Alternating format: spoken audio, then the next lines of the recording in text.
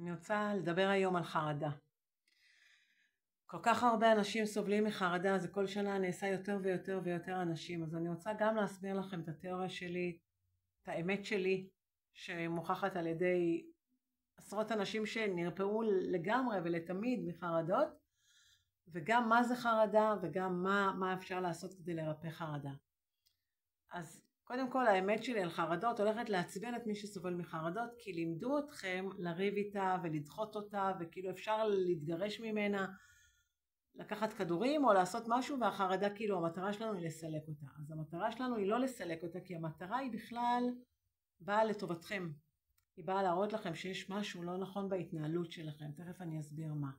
אבל קודם כל תשנו את הגישה שלכם, כאילו אתם לא במאבק מולה.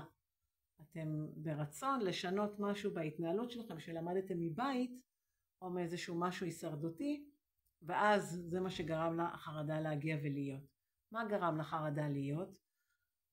אז אני אסביר, ושוב, זה אחרי, אני 30 שנה מטפלת, אז המון שנים של טיפול, עשרות, מאות אנשים שהיו אצלי ונרפאו לגמרי מחרדות לעד ולתמיד.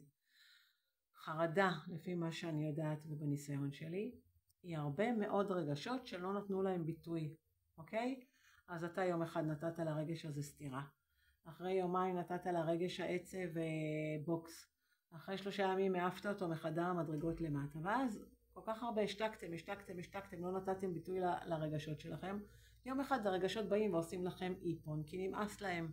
זה כמו ילד בסופר, כי אומרים לו לא, מתחיל לרקוע ולצעוק עד שתיתנו לו תשומת לב.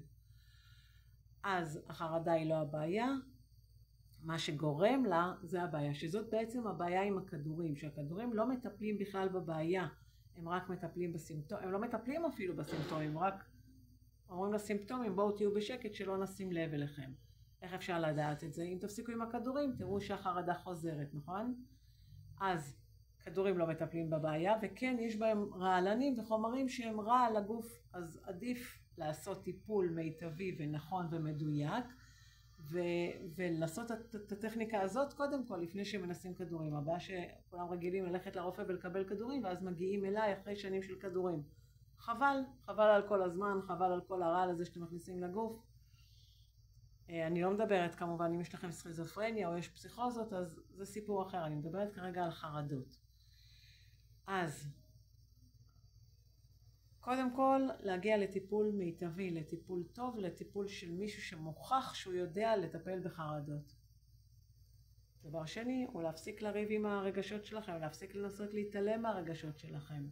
כן, לבד זה קשה, אבל אם עושים טיפול נכון ומצליחים לגעת ברגשות שבפנים, מפסיקים בבגידה העצמית, כן, הולכים אחרי החלומות, בדוק שהחרדה פשוט אין לה מה להיות, כי היא קיבלה מה שהביא אותה, קיבל ביטוי. ואני מקווה שזה היה מובן, מאחלת לכם הצלחה ושולחת הרבה אהבה. ביי יוש.